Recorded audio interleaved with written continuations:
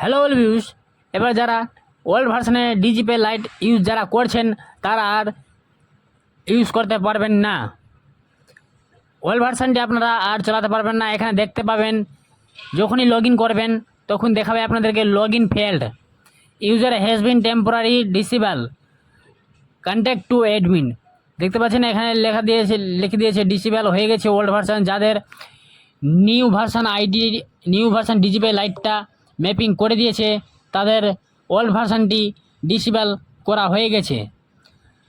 কীভাবে আপনারা নতুন ভার্সানে ডিজিপে লাইটের আইডি পাসওয়ার্ড পাবেন, কিভাবে আপনারা বুঝবেন আমাদের ম্যাপিং হয়ে গেছে, আপনাদেরকে চলো দেখিয়ে দিচ্ছি আপনারা কিভাবে নতুন যেটা নিউ ভার্সানটি এসছে ডিজিপে লাইটের কিভাবে আপনারা ওপেন করবেন, নিউ পোর্টালে কি সার্ভিস পাবেন, কোনটা সার্ভিসে কোন কাজ। আমি নিউ পোর্টালটি আপনাদেরকে রিভিউ করে দেখাবো এই ভিডিওতে। সবথেকে প্রথমে আপনারা সার্চ করবেন agent.pay.csc.in, সার্চ করে নেবেন। সার্চ করার পর আপনাদের নিউ ভার্সন পোর্টালটি ডিজিপে লাইটের ওপেন হয়ে যাবে। দেখতে পাচ্ছেন আমার এখানে ড্যাশবোর্ড ওপেন হয়ে গেছে। তারপরে এখানে ইউজার আইডি এবং পাসওয়ার্ড বসাবেন। আমি এখানে ইউজার আইডি এবং পাসওয়ার্ড লগ ইন করে আপনাদেরকে দেখিয়ে দিচ্ছি আপনারা কি সার্ভিস পাবেন এই পোর্টালে। সবথেকে প্রথম ইউজার আইডি জায়গায় নিজের CSC 01 লাগিয়ে নিজের CSC আইডি দিবেন। তারপরে যেটা ওল্ড ভার্সানের ডিজিপে লাইটের পাসওয়ার্ড ছিল সেই পাসওয়ার্ডটি এখানে বসাবেন। যদি আইডি ম্যাপিং হয়ে থাকে তাহলে লগ ইন হবে, না হলে লগ ইন হবে না। দেখতে পাচ্ছেন আমি এখানে নিজের আইডি পাসওয়ার্ড দিয়ে লগ ইন করে দিলাম। করার পরে এখানে KYC দেখতে পাবেন, অ্যাপ্রুভ দেখাবে। তারপরে এখানে সার্ভিসগুলো যেটা আছে দেখতে পাচ্ছেন এখানে সার্ভিস। এখনও যারা তাই সেন্টার চ্যানেলটিকে সাবস্ক্রাইব করুনি প্লিজ সাবস্ক্রাইব করে দিবেন, আর যারা সাবস্ক্রাইব করে দিয়েছে তাদেরকে অনেক অনেক ধন্যবাদ। এই পোর্টালটি আপনাদের ম্যাপিং হয়েছে কি হয়নি কীভাবে বুঝবেন, নতুন ডিজিপে লাইট ওপেন হবে কি হবে না আপনারা কীভাবে বুঝবেন।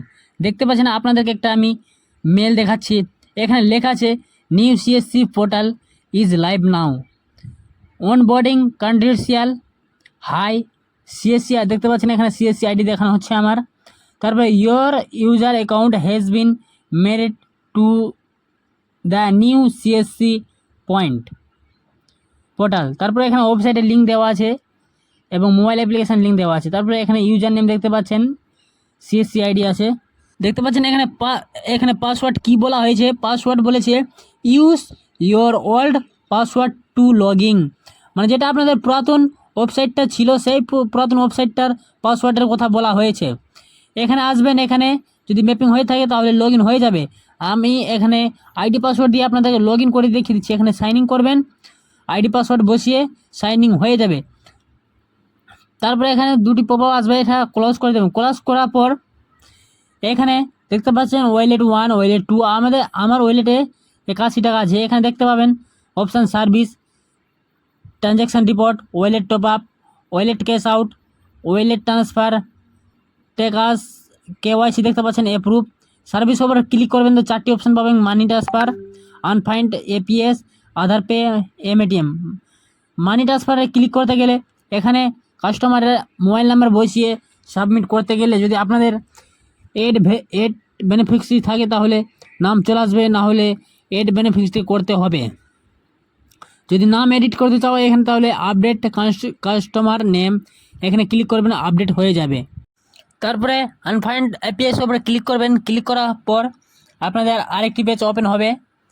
এখান থেকে চয়েস ডিভাইস, আপনাদের এখান থেকে ডিভাইসটি সিলেক্ট করে নেবেন যেটা আপনাদের থাকবে। আমার মান্ত্রা L0 আছে, আমি এখান থেকে ডিভাইসটি সিলেক্ট করে নিব। এখনও যারা তাই সেন্টার চ্যানেলটিকে সাবস্ক্রাইব করোনি সাবস্ক্রাইব করে দেবেন, পাশে থাকা বেল আইকনের উপরে ক্লিক করে দেবেন। আমি ভিডিও আপলোড করবো তো আপনাদের মোবাইলে নোটিফিকেশান চলে আসবে। তারপরে সিলেক্ট করার পরে এখানে কানেক্ট ডিভাইস উপরে ক্লিক করবেন। দেখতে পাচ্ছেন ডিভাইস ইজ কানেক্টেড। তারপরে প্লিজ ভেরিফাই আইডেন্টি, এখানে ক্লিক করবেন। ক্লিক করার পর আপনাদের পেজ ওপেন হবে।